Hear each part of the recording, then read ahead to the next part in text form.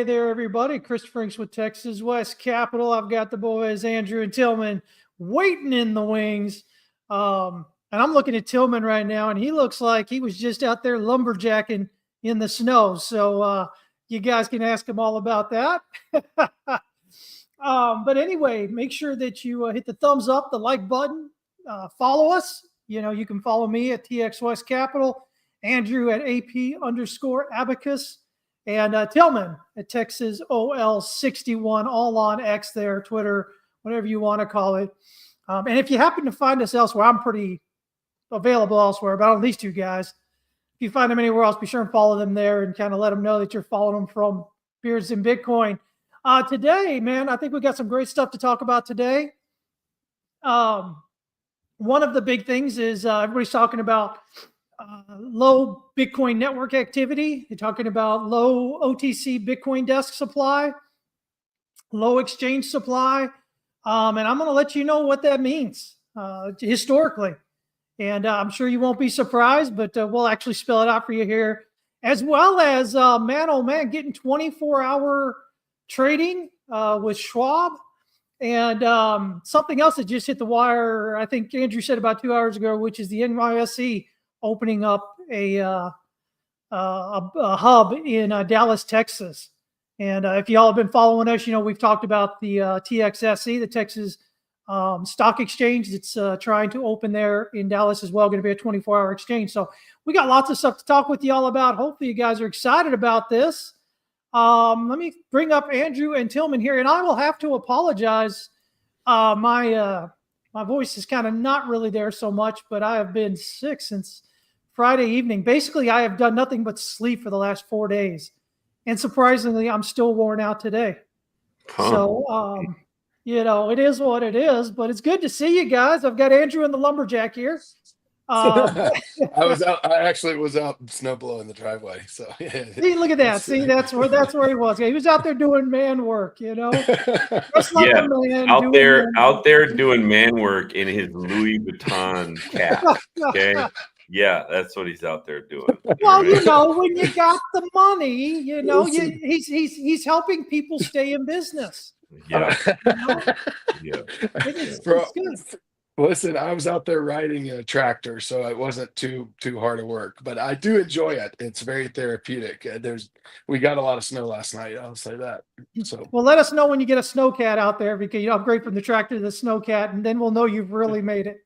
The snowcat is only worthwhile if you're grooming slopes. That's the honest truth. Yeah. So I'll send you a picture of what I've got. I've got a 70 or a 100 and something inch snow blower. It's a beast. It'll clear a path very, very quickly.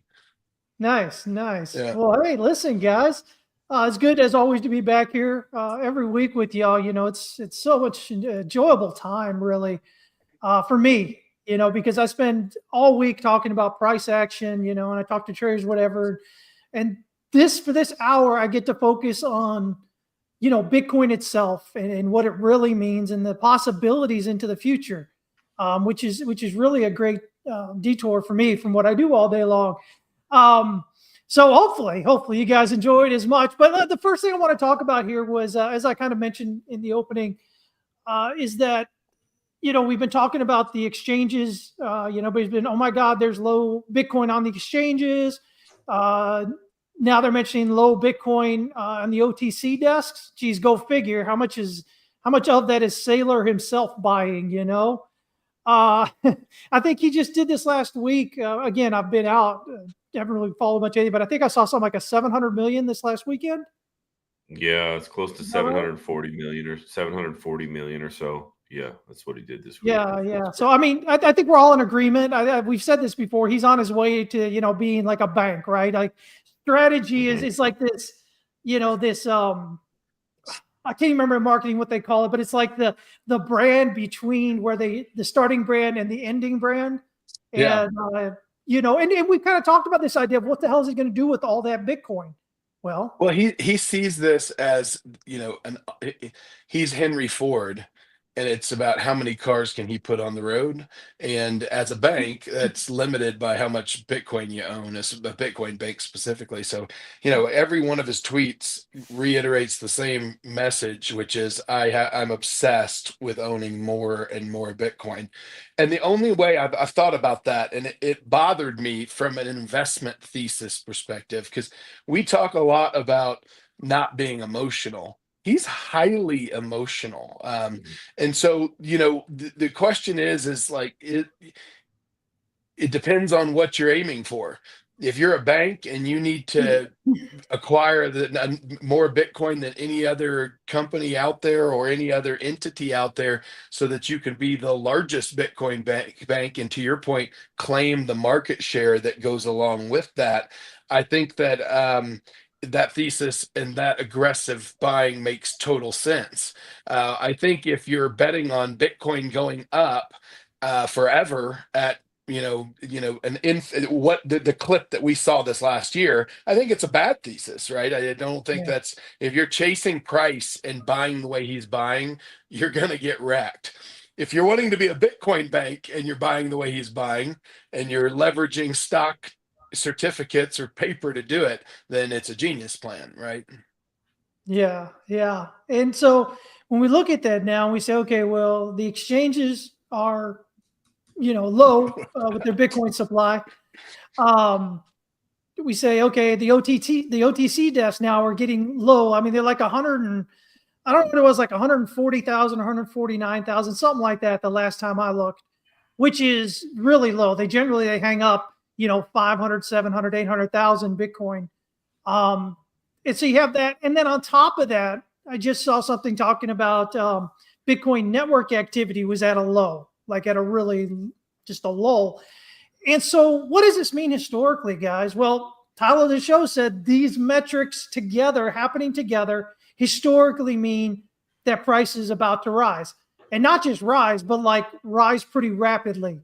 Now, this is something we've talked about from I don't know how many damn angles, for a while now. And so when I look at this, it's just more of that kind of added, look, the market's telling you, you make sure you've got some Bitcoin. The market's telling you, listen, you're never going to have enough Bitcoin. You're going to keep trying, but you're not going to have enough. The market's telling you, stop listening to what social media is telling you, generally speaking. It's also it basically confirms the shift as it relates to Bitcoin associated with the Bitcoin ETFs, right? So, people that own Bitcoin ETFs, right, the folks that are purchasing them and own the requisite Bitcoin involved in the shares associated with the Bitcoin ETFs, they've been told and taught for 40 years, you buy and hold. You don't buy low and sell high. You buy low and sell when you die. I mean, that's the credo for boomers and boomer investors, right? So the lion's share of Bitcoin is now, as a percentage, I would say, if you've got different percentages between Satoshi wallets and Sailor and blah blah blah, but the Bitcoin ETFs, are the dominant holders at this point of Bitcoin. So those people that own ETFs, they don't trade those ETFs. They don't buy and sell out of those ETFs daily, weekly, monthly. That's not what ETFs are made for, and it's not how people that put capital inside of an ETF. That's not what they do. So you have enormous amounts of capital that have moved into the Bitcoin ETFs, tens and tens and tens of billions of dollars, and it's not going anywhere. It's just absolutely not going anywhere, and they'll keep buying on an ongoing basis for a long time. So that's the reason why you have quote unquote shortages. It just means that the Bitcoin has moved from effectively a couple of places to another, right? Not at all surprised that there's huge shifts from quote unquote crypto exchanges to Bitcoin ETFs. Those Bitcoin ETFs have to have somebody to go and buy Bitcoin from, spot Bitcoin from, when shares are purchased. So they've run around now for the better part of, let's call it, 13 months, having to fill those orders. And it doesn't happen out of thin air. I mean, just one Bitcoin ETF on a daily basis, generally speaking, outstrips all the mining that happens that day by a significant amount. So not a surprise. But what will price do? I don't know. That's for the likes of the gigabrains, like the funny guy in the funny looking hat and the chart guy on my left. So yeah. Mm-hmm. All things look go to me. I mean, how do you spell up UP? I don't, unless tomorrow there's an announcement that Satoshi lied to us and there's going to be more than 21 million Bitcoin. There's no stopping the pinch point of supply and demand. There's a big wave of demand that's just waking up. And the supply that we've been dealing with, and even that, like Andrew's point, the types of cycles we've had in Bitcoin up until this point, without Wall Street's involvement, has been a bunch of guys like us, like people who are aggressively trading things. And so when you have a Bitcoin fault crash of 90%, the traders are moving in and out of Bitcoin a lot. And so you have these kind of cascading downfalls in price. Whereas when you don't have people that are chasing gains, that aren't in Bitcoin for the trading volatility, but in it because it's a great hedge against inflation, and because they want some exposure to it because they're high net worth and they want exposure to everything. And they don't have to play the game of trying to time the markets. They just buy exposure to everything. They enter each one of those items when everyone's dog cussing it and saying it's the worst thing in the world, when prices are the lowest. And then they just wait until it's the darling of the ball, and then they sell it. And they have no emotional attachment, and they just roll money through assets just like that. And it doesn't matter to them if one or two fail, because they're spread out all over the place. And that's where people that are buying ETFs, that's where their head is. And you're not going to have the people that are trying to trade in and out of ETFs to double their bags. It's they don't even have that terminology in their vocabulary. See, and it's great that you brought that up, because our friend Gary Cardone, a while back was trying to help people understand. He's of the ultra high net worth level. And he was, explaining months and months back, listen, they bought all the damn watches. The watch markets are going down. They bought all the damn cars. They bought all the damn, he's like, really, what's left for them to buy? Bitcoin. He's like, and, really, it doesn't need to get much deeper than that when you're talking about that specific level of wealth. Again, like you were saying, they want to be in all these things. But, there's a point at which you become saturated. And, Gary was feeling like, for that particular level, again, the typical markets, the high-end luxury items, the watches, the cars, the stuff like that have kind of hit that saturation level. And Bitcoin has now become this thing that people are talking about seriously. And so, again, and to what Andrew was saying earlier, they're probably going to come in and buy ETF, but they're not just buying to buy and sell. They're going to buy it and then they're going to, put it away for a while. It becomes a talking point if price goes up, 2x or something in a short period of time, relatively. They can talk about it at the country club with the other guys and say, hey, did you get in any of that Bitcoin? Oh, you should have listened to me, Fred. When we were out on the back nine and I was telling you about it, I was going to buy it and I bought it and you didn't, and it's just another class of investor that's getting into this thing that, up until, in the grand scheme of things, up until recently has been something just we've been talking about, people like us. But it's become a serious thing now. And, we have, I think we just had another one or two more states, enter bills for some kind of Bitcoin strategic reserve or whatnot.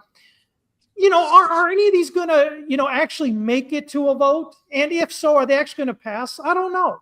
But here's the thing. The fact is somebody out there is thinking about it enough to actually put it, into writing and potentially to get it voted on. And it just needs one, right? I mean, that's what I'm saying. And I don't think that I think it's inevitable that one's going to do it because again, the market share that you can capture, the attention that you can capture, the votes you can capture by being that first is so big. It's like that's going to be the ribbon cutting ceremony of Bitcoin Nation, right? And it's really going to be the precedence that's going to be set for the federal Bitcoin reserve. Like that's I think we're going to get the state version of it before we see the federal, would be my take on it. But it's exciting. Like there's no doubt in my mind that one of them is going to pull it off. It's inevitable in my. It wouldn't be surprising at all if Texas ends up being one of the first ones. Right. I mean, Texas. I would hope so. I would love to say it. Make me proud for sure. Well, I mean, we wear that feather in our cap proudly. For that, that's for dang sure. They've got pro Bitcoin senators. A pro business, administration, Greg Abbott and the like. In fact, Greg Abbott just put out a tweet today announcing that the New York Stock Exchange had opened up an exchange in Dallas, right? So trying to front run Citadel and BlackRock and their Texas-based exchange. It's going to run 24 hours. Charles Schwab announcing that they're going to go to 5 days a week, 24-hour trading. Crypto. I hate to break that we are about to turn into the most degenerate gambling nation that you have. Nobody's going to get any sleep. Yeah. No one, oh my gosh, it's going to be. Listen, people are going to be having podcasts in the middle of the night. Yeah. Why? Price action. You gotta be talking about what's going on. If the markets are open, somebody's awake, Yeah. And Charles Schwab, so this thing where they're doing the 24-hour thing. Now, this is a pilot program that they've been running for a few months. And for those of us that were part of Thinkorswim at Ameritrade, it was Ameritrade. I have to think about it now. But it got pulled over into Schwab last year. And it didn't get pulled over. Schwab bought it. I mean, it got pulled over. That's how pulled over happens.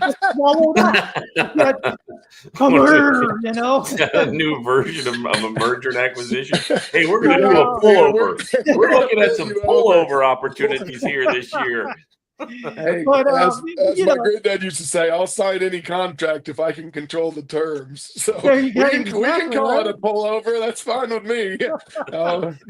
But what they found out, here's the interesting thing. So what they found out was the two most active hours were, let me make sure I get this right here. In the afternoon and in the middle of the night, basically. Well, 8 to 9 p.m. Eastern and 3 to 4 a.m. Eastern. Yeah. So, I mean, it sounds to me, I'm going to be honest with you, it sounds to me like finance peeps jumping on this after work and then before the network the next day is what it sounds like to me, right?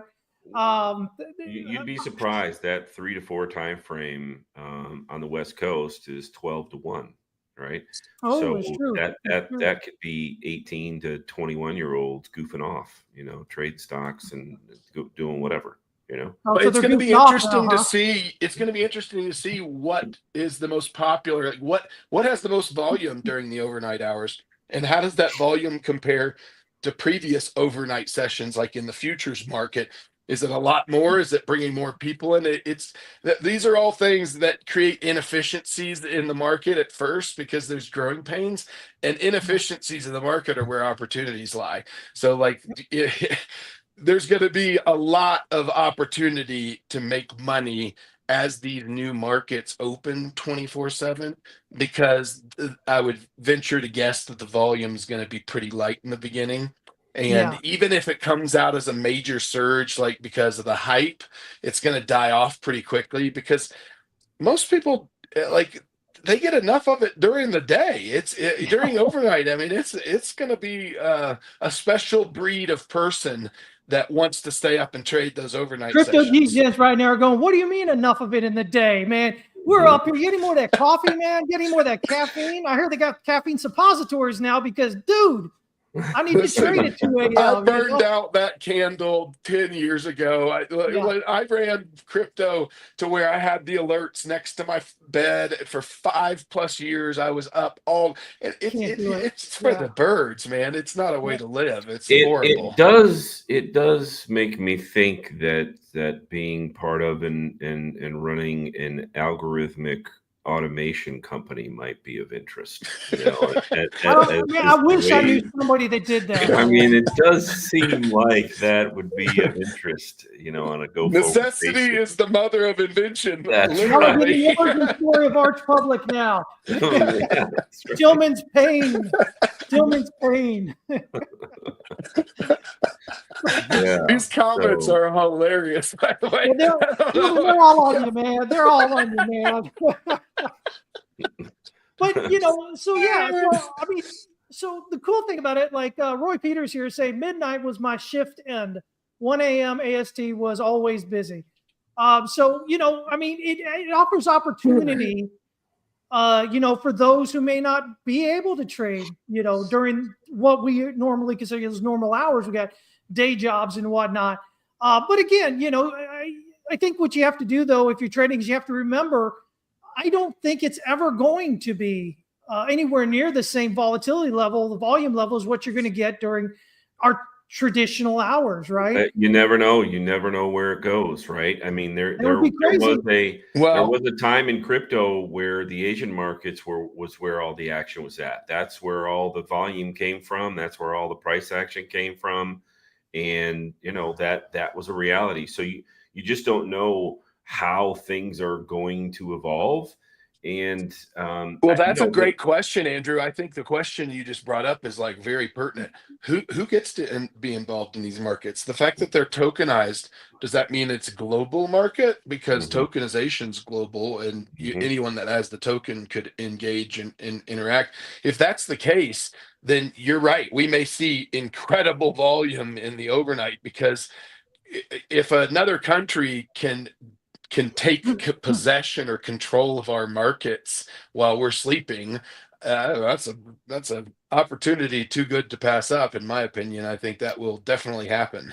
And they're going to be like you were talking about earlier, you know, the Tillman, the idea that when you have these market inefficiencies, right, it creates opportunity. You damn sure someone's going to be out exploiting that inefficiency that comes with those hours, right? And imagine if it's not just the U.S., but imagine that's pushing other markets. Japan goes 24/7. You know, all of a sudden, man, you got companies. You think people are making money now, arbing opportunities and whatnot, and all this other stuff. 3 years from now, all the markets will be 24/7. It's going to be crazy. End of story. It's going to be 24/7.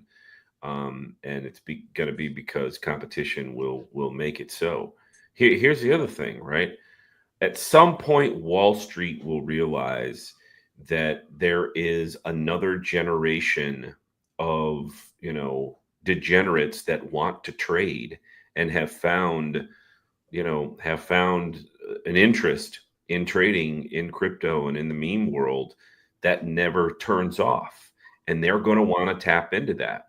I mentioned something on Spaces with Melker today that had to do with Bitcoin, and a couple conversations I had around some Goldman Sachs stuff and what they keep offering to their institutional customers with Bitcoin and Ethereum. And the reason why they keep pounding the table on this stuff, and the reason why they want their institutional clients to be trading, it's one reason and one reason alone. It's very rare when new product and new volatility type product comes to market and becomes a part of Wall Street. When that happens, that is dollar signs everywhere for Wall Street. Why? Because it's volatile and it's new and it's exotic, means we can charge a premium for this. We can make money on this. Because everything is commoditized on Wall Street, and it happens very quickly. But when you get a new asset, you get in front of other firms and you start to front run a little bit, you can offer this stuff at a premium. When they first started to offer packaged mortgaged products at Solomon Brothers, of all places, back in the middle to late 80s, that stuff was wildly expensive, right? Because it was a new product. When they started to do swaps, 3 years before the crisis hit, wildly expensive stuff. The price plus the fees. Yeah, the carry on that always stuff was nearly crushing. If you watched the movie, I forget what the movie was called, but the carry costs almost destroyed several hedge funds. Those that were able to bear it, when the crisis actually hit, they made huge amounts of money. Michael Berry, and that's his claim to fame, right? Yep. So, meaning that when you have a new asset that's volatile, right, and you can package it and do exotics and swaps and arbitrage, that's dollar signs for Wall Street firms. Well, not only is it dollar signs to Wall Street firms, but they understand the fact that it's going to mean boom or bust for firms now. It used to mean boom or bust for holders, for hodlers. If they got leveraged too much, if they made some bad moves, they'd be left behind. But now you're going to see firms taking risks around leveraging Bitcoin on their balance sheet and around their service offering. And it's going to mean that they're going to get flushed. And that is the liquidity that is needed in the market. So the fluctuations are going to be, I think, pretty volatile in terms of like daily candles. But I don't think they're going to go as deep as the trenches as we've gone in previous cycles. But if you look at kind of the veracity of the candles that we see right now, they're not to be messed with. I mean, they will wipe out any trailing stop losses or anything that you've got from a leverage perspective. You're going to have a margin call instantly against you, right? Because they're doing that on purpose to flush people out. Well, the positions are like the demand is getting higher and higher, and those positions are getting smaller and smaller that they can flush out until they get to the place where there's companies that are getting flushed out. There's big institutions that are getting flushed out. The price is at a point where people are selling out. And so I think, kind of to the point of the original, thing that we started talking about, all the metrics, all of them are pointing to a squeeze that, should be pretty exciting and pretty fun to watch. Yeah, especially after going sideways for a few months here. It's, I mean, I get it. I was a retail trader once before, and they go, yeah, but that was 30 years ago. Yeah, but you know what? Here's the thing. If you figure it out and you learn to do it for a living, and you do it you never forget. You never forget the way it was in the beginning. You never forget. It's like it was yesterday when you think back. Now you're not going to remember every trade and everything that happened, but you're going to remember them that did, the ones that made an impact. And there are a lot that make impacts. And you'll remember just like it was yesterday. You can feel that same pit in your stomach when you think about it. And you look at it later, and you look at it with the mindset that you have after figuring it out and doing it successfully for years. And you're like, God, what was I thinking? If only I hadn't, if only I had, and it's tough, emotions will kill you in the market. And there is no secret, guys. Listen, here's the thing.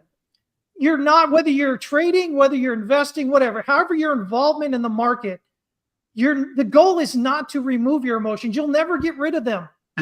You're a human being. It's part of being human. It's part of being who we are. We have emotions. The key is to start learning what is triggering your emotions, learning how to deal with your emotions when they happen, whether good or bad, because your good emotions, your excited, your euphoric emotions are just as, if not more dangerous than your, end of the world, deflated, defeated kind of emotions. So the idea is to understand what triggers your emotions in any way, figure out how to deal with those emotions whenever you have them, and then get a written plan put into place, step-by-step plan that you can follow, that you don't have to think. Because that's where we get in trouble, when we have emotions and we try to think with those emotions, that's where we get in trouble. It's not just in the markets, guys. It's in life, okay? Relationships, jobs. Some coworker for the 95th day in a row is sitting on their butt, sipping coffee by the water cooler instead of doing the job that you now have to do for them. And you've had it, and you just snap that morning because you didn't sleep well the night before. Yeah, I'm just generally uncomfortable with my own emotions. I swallow them, I press them down. I just don't deal Chandler with them. Bing, you make jokes. Yeah, I don't deal with my emotions. So that makes me quite the trader, to be honest. I swallow my emotions, right? Which is why he has the algorithmic trading That's company. correct. Folks. That's You're correct. learning the origin I story, figured the out a full way story. to automate my emotional state. That's the way we do it over here. Well, Tris, to your point though, you do need to put a framework around your emotions so Yeah. that they don't bleed you dry. Because if you Yeah. don't cut off your emotions both on the top end or the bottom end and understand the risk that you're taking on both sides of the spectrum, then you're a fool, right? Because the further you get from the mean, the more risky it becomes on both sides. Like if you're in a position and you're down a whole bunch, down 70%, and you keep selling yourself this, this narrative that, oh, it's the greatest thing since sliced bread and everybody else is wrong, then you're on really one end of the extreme. You're like one of the news networks that's so biased you can't even trust watching them because everything that they say is just garbage. And then you can be on the other side of it. You could be in a position and be up a whole bunch and go, the sky is the limit. This thing's never gonna stop, and you sell yourself and you end up losing money on that trade because it crashes down 50% and you're going, well, this is just a retracement, and then you're back to even and you're going, well, it's gonna bounce, this is support. And it's amazing how many lies we tell ourselves at these intervals instead of just being brutally honest and being a news network within ourselves that reports accurate information. I thought it was going to go up. I committed a 10% stop loss on the position. It's now at 12%. Eat your cooking. Yeah. Like you committed to 10%. No, nothing to talk about. Just get out, And my dad used to say it, and it was something my granddad used to say. And how older people have a way of putting things in a nugget of truth that's like one sentence that it means something so much deeper. And he used to say, sell till you can sleep. And it just meant like if anything in your life is too weighted that you can't sleep at night, you're losing sleep over it, you're too heavy in it. Sell it, get rid of it, because there's nothing worth that. You're lopsided. There's something out of balance. Yeah, no, I think that's absolutely fantastic advice because, it's the same thing that I've said over and over again. If you are miserable while you're trading, trading should be something I honestly believe that gives you two things. It gives you freedom and time, right? It gives you, freedom. So it gives you the freedom to figure out what you want to do, when you want to do it, throughout the day. It gives you the freedom to move where you want to move. It gives you the freedom, to do these things. But it also gives you the money to be able to do it. It gives you the time to be able to do it. That's what I think it should be. And so here's the thing. If you're making money as a trader, but you are absolutely sick to your stomach, miserable day in and day out, you don't sleep, you're drinking Alka-Seltzer mixed with Pepto-Bismol straight from the bottle kind of thing all day long, if that's or if you that's just your find choice. yourself drinking more alcohol than you typically do. Like it shows itself in There you these go, little ways that progress in a very negative direction. Exactly. And if you find yourself in that position, it is not worth it. Whatever you are doing is not worth it, because the reality of it is, with that going on, you're going to commit some big emotional mistake at some point, and it's all going to be for naught. You're going to end up losing it all, or such a huge portion of it, or you're going to die, as a result. And neither one of those are anywhere near optimal, much less, things that you want to happen. So pare it back a bit, have a little bit longer view, a little bit longer time frame on what you're looking at. Stop trying to get rich overnight. Understand it's a process. It takes time. But, trading and investing, these are skills that you can do outside of everything else you're doing. If you have to have a job to do whatever you're doing, to pay your bills and whatever, that's fine. What are you going to be doing in 5 or 10 years anyway? You're still going to be doing a job, right? So to that point, and I apologize for the shameless plug here, but we just made our Bitcoin algorithm free for retail investors. So, instead of spending so much of that time in front of your computer, instead of, it turning your life upside down. And again, to the whole point about, we're headed to in crypto, we're 24/7 already. We're heading that way in traditional markets. We're going in that direction. So, again, we decided about 10 days ago to make our Bitcoin algorithm and the arbitrage strategy involved with it free for retail investors. So if you want to stack 10K worth of Bitcoin on an annualized basis, it's free, doesn't cost anything.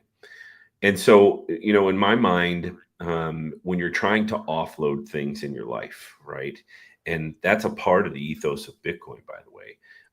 The ethos of Bitcoin is being anti-inflation, deflation, deflationary, solves financial problems for you. Something that I heard Tillman say a little while ago, a few days ago, is nobody's ever complained about having too much Bitcoin. The complaint has always been, I don't have enough, or I wish I would have bought when, or I wish I would have done this. You've never, ever, ever heard anybody say, I probably have too much Bitcoin. It's too much, right? You never hear somebody say that. And so, Bitcoin solves a lot of problems. And this show is Beards of Bitcoin, right? So we're here to facilitate people owning Bitcoin. Also, my comment, it has another layer to it. So if you say there's nobody that you ever talk to that ever says, I had too much Bitcoin, but there's a lot of people that let go of their stacks. So the answer is, the question is why does that happen? Well, it happens because people are too heavily invested as a portion of their net worth, because greed can hurt you as much as the fear, right? There's some people that don't get into Bitcoin when they hear about it because they fear of losing money. There's some people that get into it and go, holy crap, I got to put 80% of my net worth in it. And they have the greed factor. They both kill you. they both end up hurting you to where you're a loser on both sides of that coin. And so the question is like, where can you stage yourself into the risk? Where can you get, and Bitcoin is something that is going to remain volatile. I do believe we're going to see a super spike at some point where the price, where you have nations in a bidding war and there's no supply, none on the streets. And when that happens, as we've seen with meme coins, you can get these giant green candles that go parabolic, and price discovery is really, that's what that looks like. And so if that's going to happen and there's this huge upside, there may be a portion of people out there that are going, I've got to get in now. Well, fine, get in now, but still do it to a degree that if you lose all of it, it's not going to take you down. Like if you have so much in any one thing that if that one thing goes down, that you are going to lose it all, then you're not diversified adequately in my estimation. So Bitcoin, I believe it's the greatest asset that's ever been created. I really do. There's a lot of reasons behind that. None more impressive than the fact that it's been around for 16 years in spite of every single institution and financial, Roadblock. guru wanting to kill it. Just the perseverance alone of a piece of technology that doesn't have a brain. It's perfect architecture from a mathematical perspective for its purpose, right? A store value. So as we are a debt-ridden society, what do I mean by that? We encourage debt. Yep. Our whole system relies on people borrowing money, cars, houses, appliances, everything has financing attached to it. Your credit card spends. And so what do you have to have when you have your citizens incurring debt, you have to have inflation, because you have to make the money that they are making next month adequate to pay last year's debt, which means you have to make it easier. You have to make the acquisition of dollars flow easier over time to them, so that the debt doesn't become insurmountable and crush them and take them under. And if you deflate the currency, if you have a deflationary period in a debt-ridden society, you have a crash. You have everyone defaults on everything, and there is no more bank, like everybody's default on every loan. So you can't have a deflationary currency in a debt ridden country. And so what do we know based upon that? We know that the printing press is going to continue to go burr. That is the only constant here in the equation. And so when you have a whole plethora of assets, like you said earlier, Gary Cardone was talking about, they bought all the watches. They have. There's guys with tens of millions of dollars of watches in safes that they'll never wear, that are just there because it's better than holding dollars, because the price of them continues to go up, because there's some scarcity to Rolexes, right? And so when you have no scarcity to the US dollar and the printing press going in the background all the time, then every asset that has some scarcity is going to accelerate at price at some degree, some ratio. Well, when you have an asset like Bitcoin that can never go up in supply, the price accelerates at an exponential rate. So it's the same, as buying gold, but you're getting something that, you can't mine more Bitcoin. And even the mining that you can do is diminished return. Every 4 years, you're getting less and less out of the ground, and you're getting less and less reward for what you're getting out of the ground. So it's perfect. Yeah, and Brian's saying, he says, so how much allocation to Bitcoin then? 20%, 50%? And my response to that is, right, where you're comfortable at. But again, as Tillman said, let's not lie and say, oh, I'm comfortable putting 100% into it, because that's a lie. Once it starts dropping, right, the emotions jump in, right? We get to the point we were talking about earlier, where you're absolutely miserable. It has to be at a level that makes sense, right? It has to be at a level that, as Tillman was saying earlier, if you put in so much that if it crashes, you're destitute, then that's too much. That's too much. And so this is different for everybody, right? There is no one size fits all. That's also a question that presupposes that that percentage never changes. Yeah. That percentage with Bitcoin would change every year because of the growth in Bitcoin's price. Yeah. And so you could put it at 20%, but 3 years from now, it could end up taking up 55% of your portfolio. So what do you do then? How do you adjust allocation? That happens in traditional portfolios all the time, which is why you have quarterly reviews with your advisors. Oh, wait a minute, NVIDIA has gone from 2% of my portfolio to 33% over the past 2 years. Like, what should I do? And what are the tax implications? And yada, yada, yada.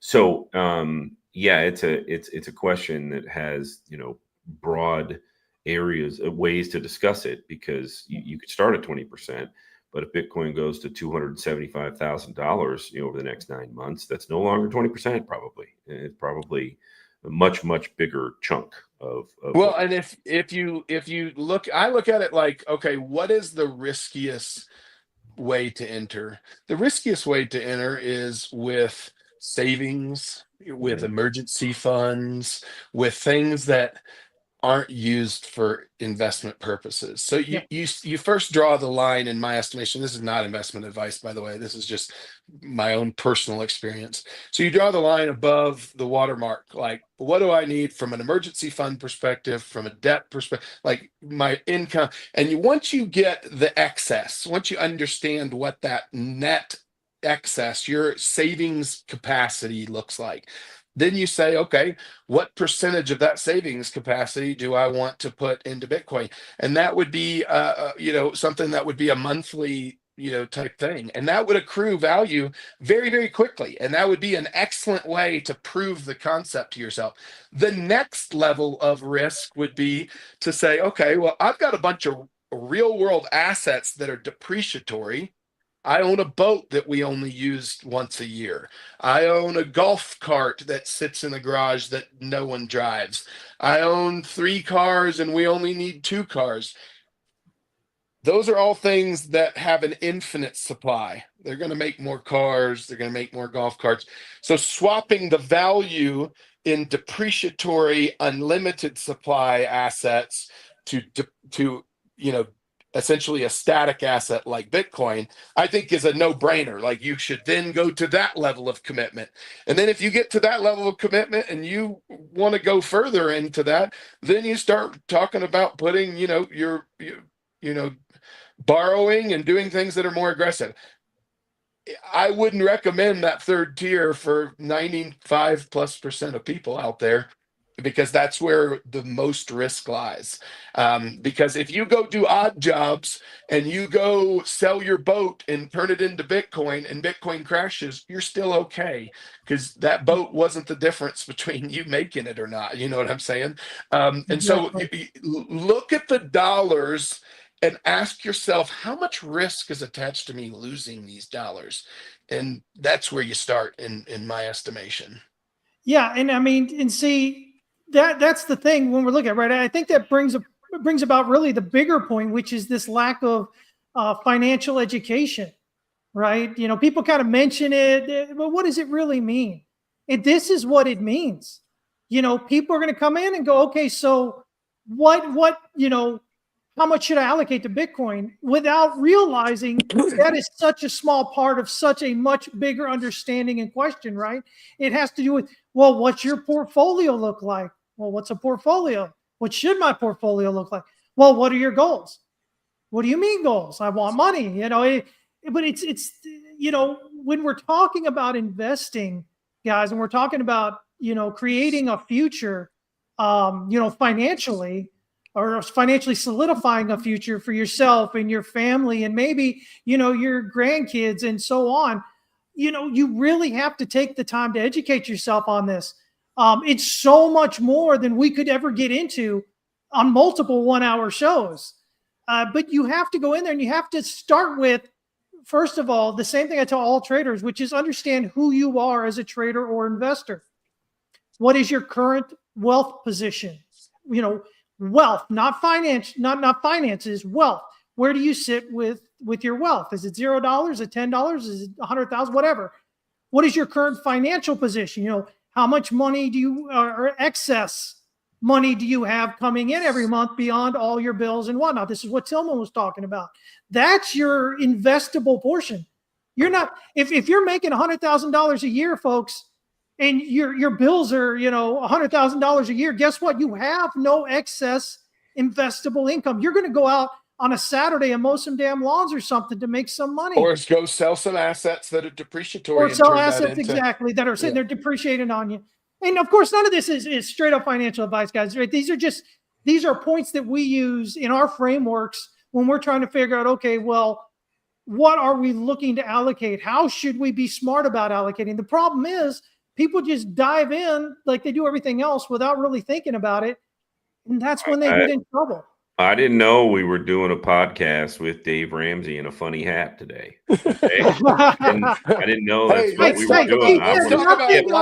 He said nothing about save money. He said, don't use savings. Long-term life insurance policies and what they can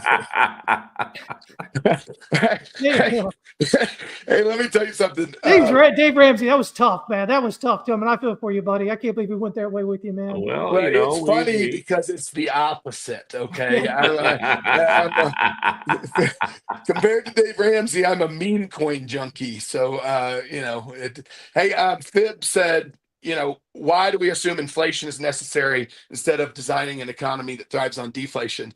And I'll give you my perspective, Fib, is that politicians need to be able to control the printing press to buy the support that they need to stay in office and to please everybody that they use to get in office. And you're never going to get that mechanism out of politics. They have to control to some degree what the printing press does after they assume the position. So that's my Short Power. answer, so that they can print money, right? Because printing money is control, right? Absolutely. Especially if you have the world's reserve currency. Yeah, well, yeah, it's basically you can do whatever you want. And if you look at even what Doge is starting to do and uncover, and the stupid, stupid things that are being purchased for insane amounts of money. Don't get me started, man. Well, here's the point. We know that it's not real. Like when you hear $50 million for condoms to whatever country it was, you know that, like, we know the cost to manufacture one. And we know that if we were in the business of distribution and resale of those, how cheap it would be to acquire one. And you're going, you don't need 50 million bucks to do that effectively. So where's all the other money going? And that's where it's just total fraud. It's just going to people, and it's making people rich on the back of government contracts for doing stupid stuff that the world doesn't need or want. It's insane. Yeah, exactly. There's so much, guys. Listen, in government, whether you support government or not, folks, at the end of the day, government is power, and those who have their hands on power, there are going to be quite a few of them. They're going to try to make themselves rich off it. It's just nature. 100%. Well, and Phibbs even he says inflation is only necessary if the economy is structured around perpetual debt growth. Absolutely. Exactly. But they'll never get rid of debt. Why? Because the people want things that they can't afford. They want the debt, and they'll sign any documents you put in front of them to get the debt. So it's something that they're willing to incur. And what do the banks want? They want defaults on debt. Then they get to repossess all the valuable goods, plus the margin that they built in terms of the fair market value versus the loan value. It's both parties are willing participants in the cycle of debt and inflation. Yeah. So, the way I see it, guys, stop whining about, oh my God, blah, blah, blah, and just start going, oh my God, look what they're finding out. And start sending questions to your constituent or your representatives in Congress, and demand some answers. Say, what the hell is this crap? You can. I don't think they need our help anymore. They're on the roll. They're by the time that they read the letter, they're going to be into six more agencies, knee deep. It's gotten so bad, guys. Listen, here's the thing. So many people today grow up without a true understanding of what government should be, and government should be a representation of the people, right? It works for the people, not, it's not in control of the people. That's the way an effective, for the people, and a government works. And when you're just, defaulting to whatever government officials say, I think Elon said it, perfectly. I kind of caught it this morning when I was doing some work. And he was in the Oval Office there with his son and with Trump. And he said, when it's run by the bureaucrats, right, instead of by the people, it's a bureaucracy. And that you shouldn't be happy with. Even if you are a believer in big government and whatever, you shouldn't be like, oh, I'm just completely hands off. Do whatever you're going to do. I trust you. What are you, stupid? Come on now. Y'all aren't that stupid. I know it's easier to ignore it and to place, your face in video games these days. By the way, young men listening in, teenagers, if you happen to be young 20s, young 30s, if your life revolves around getting done with whatever you get done with, so you stick your face in front of your game system, man up. I was kind of talking real quick with Andrew at the beginning here before Tillman came in from his outside duties. And, we were talking about the fact that, if you're a young man, if you're young adult, late teens, early 20s, mid 20s, 20s, early 30s, focus on building wealth. Don't focus on getting married. Don't focus on hanging out with your boys 24/7 and getting drunker than a skunk every weekend. Put your time and effort toward creating real wealth, because by the time then you're in your 30s, now you're starting to get set up for life. And I'll tell you what, the world is not kind to a poor man. I'm going to be honest with you. The world is not kind to a poor man. It's Fortune not that favors the bold, right? Yeah. What was that? I said fortune favors the bold. It does. And if you're talking to the 20-year-olds, we've been saying a lot of like, don't risk too much, don't do this, don't do that. If you don't have a family and you don't have kids and you live in your parents' garage apartment, or you live very inexpensively with roommates, that is the time to take risks, in my Yeah. estimation, because there's really no consequence to losing it all. Who cares? You just take as many swings at the fences as you can. And the crypto markets, to Chris's point, like, play video games. If you're going to do that, just go play in the meme market. At least you're learning some market dynamics, and you could potentially make some money. It's not a complete waste of time, and it'll prepare you. It'll teach you the lessons of trading at a very accelerated rate. Like, and it's a lot easier to take those risks when you don't have other people depending on you. If you're hooking up with a girl, guess what? Y'all are doing the dirty. She's probably going to get pregnant. Whoa, hey!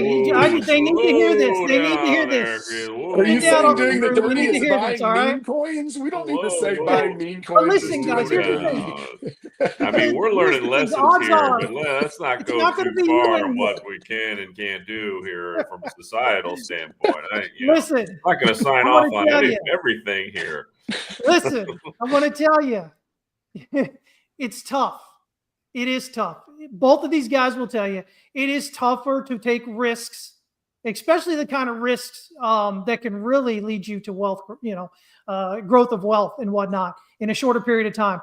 It's so much tougher to do it when you have other people to think about. If it is just you, and we know as guys, we can live in the closet and pay $50 a month and be just fine.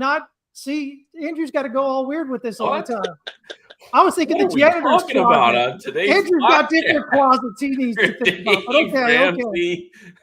Wearing condoms, video games, coming out of the closet. Holy smoke! That COVID has done something to you, brother. But this is real talk, guys. This is real talk. He's got a fever, folks.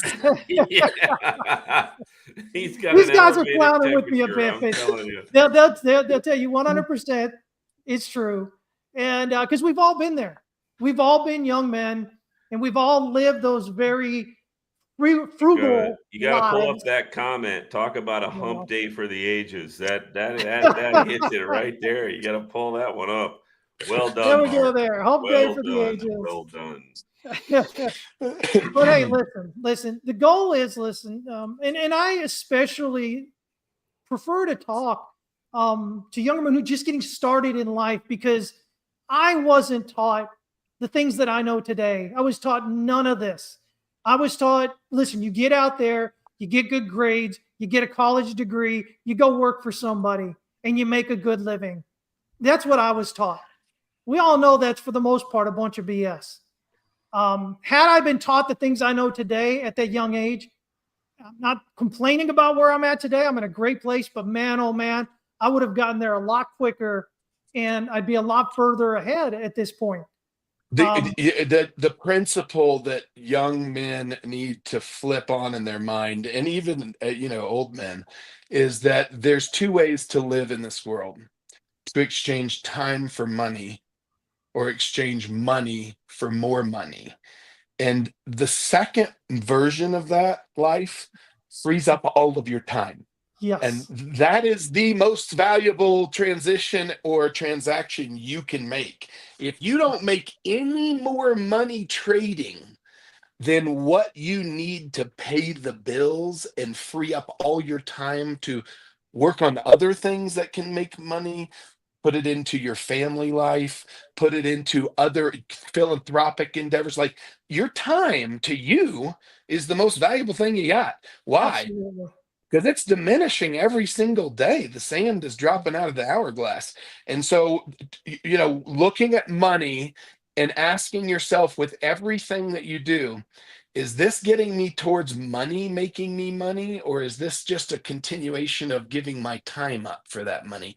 If you can think like that and just chase the endeavors where you're just given money to make more money, You think about it. Real estate is a vehicle that'll do that. Bitcoin is a vehicle that'll do that. Meme coins is a vehicle to do that. There's all sorts of things, right?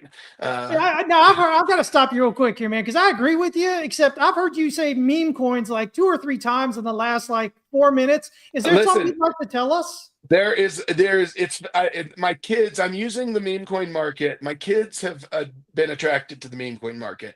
So when you see your kids' eyes light up about something and you see them fully engaged with undivided attention, you take notice and you figure out how you can turn those things into teaching lessons. And my kids, they're all teenagers from 19 to 12, and they have all heard about the meme coin markets. They all are, really, really excited about the meme coin markets. And so I will tell you, I have done a deep dive in the education of it, and it's a segment of the market that can't be ignored. There's $26 billion traded in Selena meme coins in the last 24 hours. $26 billion. Meanwhile, Solana, sorry. Meanwhile, Vegas is reporting losses over Super Bowl weekend. That's crazy. So the world is changing, my friend. We may have found ourselves the new version of the casino, and it doesn't need a $1 billion building and a bunch of hotel rooms to thrive. And when you see these coins that are absolute just jokes, and they can pump to 150 million market cap in minutes. Yeah, exactly. But I do think the evolution, even down in the depths or the bowels of our industry, it's inevitable. You will see branded meme coins from every major brand in the future. It will happen. And getting into those markets now and seeing the technology that's being built and how easy it is to use, it's no different than watching the web develop. It's like the markets that need it the most because there's the biggest money grab involved are the ones to push the development the quickest. Yeah. And in those markets, man, these user interfaces are as slick as Apple. They're as slick as Apple, and you can be in and out. There's more data. I mean, it's something to behold for sure. So there you guys got it. On next week's episode, we're going to answer the question: is Tillman still really into Bitcoin, or is he a meme coin junkie now? So we'll have to see how he dresses next week. Listen, I got into Bitcoin because of the technology, and I've been in every coin. I'm not a Bitcoin maxi. I'm a Bitcoin maxi if you're going to talk about what's good for Wall Street. Bitcoin only. What's good for the strategic reserve? Bitcoin only. Bitcoin it's through its inflationary curve. There's nothing to talk about anymore. There's still major question marks about how many Ethereum will end up being printed. What is the inflationary curve of that Ethereum? And Ethereum's the second biggest. So you go down the list, and those questions get amplified and magnified even more so. They're worse the further down you go. Yeah, I like that comment right there. Tillman shows up with the mustache. Meme coin. That's right. The curled mustache is what you got to use the wax on it, right? Exactly. Oh man. Hey guys, this has been great as always, man. I appreciate you guys taking the time. That's the new show title: Mustaches and Meme Coins. That's what we're going to on Mondays. We need to start the family men with mustaches. We got a new show title: Mustaches and Meme Coins. That's right. Exactly. Oh God. Look at that. Yeah, now I'm actually sitting here seriously considering it. Huh. Well, we'll get Andrew in there, and if not, we'll get a puppet with Andrew's face on it. And we'll just pull the string and make him golf. I'm anytime anybody mentions mustaches, I'm not concerned about design. I'm more concerned about the smell. That's all I'll have to say about okay? That's all I have. Listen, let's talk about the hottest coin on the market right now, Bitcoin Cash. Okay, where do y'all think Bitcoin? Hottest coin on the market's not nonsense. Hey, Gary's gonna grow a beard and come back in 3 months, man. There we go. Our friend Gary Cardone that we talked about earlier. There he is right there, guys. Say hi. Y'all know. No, you we should need to see follow Gary him. with a beard. That'd be a good look. We could tell him apart from his brother really easily at that point. Right. It Yeah. still gets me that today. Hey, listen, I was going to send this up, but it still gets me that today people are just now getting introduced to Gary here. They're like, Grant has a brother? Look at this. Well, after the smell comment Andrew made, I will pass all the beers. Way to ruin it, Andrew. Man, screwed it up again. All right. I don't know. We need Gary. I think will do anything for Bitcoin. We may need to put a Bitcoin beard bounty on him. If we get to a certain raise threshold, we see the Bitcoin beard come out. There they go. Now, he'll jump up with the "I'll do anything, but I won't do that." Right? Exactly. We're gonna get that meme going on there. We could do a spoof on the Shania Twain. I shaved my legs for this. I grew a beard for this. We'll get AI involved. It'll be a whole big thing, and then we'll launch the bearded Cardone meme coin. That's the one. That's what we need to do right there. The BCM. I would like to unsubscribe from this podcast. That's what I want to do. You're unsubscribe. In it. Unsubscribe. Listen, you just go over there with your Wall Street guys and y'all just act real important and hooves. We need to get the hashtag going, bearded Gary. We need to get that bearded Gary Cardone. We need to get the hashtag going. Exactly. Maybe if we can get that trending, maybe we can get him on the show. Bearded Gary Cardone. Let's get him on the show, guys. Get that going out there. 100%. All right. We'll see you guys. Yeah, guys. Listen, it's been fun as always. We appreciate you guys for joining in. Join us next week, Wednesday, 11 a.m. Central, 12 p.m. Eastern. I'll be back with my Friday show, guys. The market breakdown there, 11 a.m., 12 p.m. Eastern. Same channel wherever you're watching this. You'll get it then. But as always, we'll have, something semi-interesting to talk about. Mm-hmm. If not, we'll talk about each other, and that always gets fun. So, All right. Hey, listen, I appreciate you guys showing up as always. Everybody else, remember, the only thing you control is how much you lose. So please work on your risk management, not just in your trading and investing, but in your life. All right. Follow these guys. Follow them. Check out archpublic.com. Their company is Try Arch Public on X or Twitter there. Okay, guys? Y'all take care, and we will see you next week. Later. See you guys.